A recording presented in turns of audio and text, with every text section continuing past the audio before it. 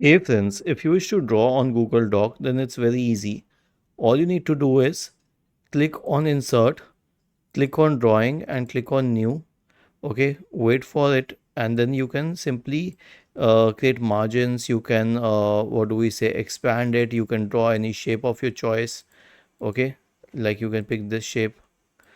Okay, and as for the general drawing one, you can use border colors and you can write text as well on the drawing, and you can create lines.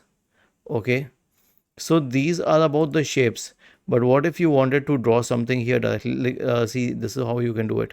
Simply use this one, the tool, and you can highlight it. Was this helpful? If yes, then please subscribe to the channel. If not, then let us know in the comment section of the video on how we could help you further. Thank you for watching this video and have a nice day.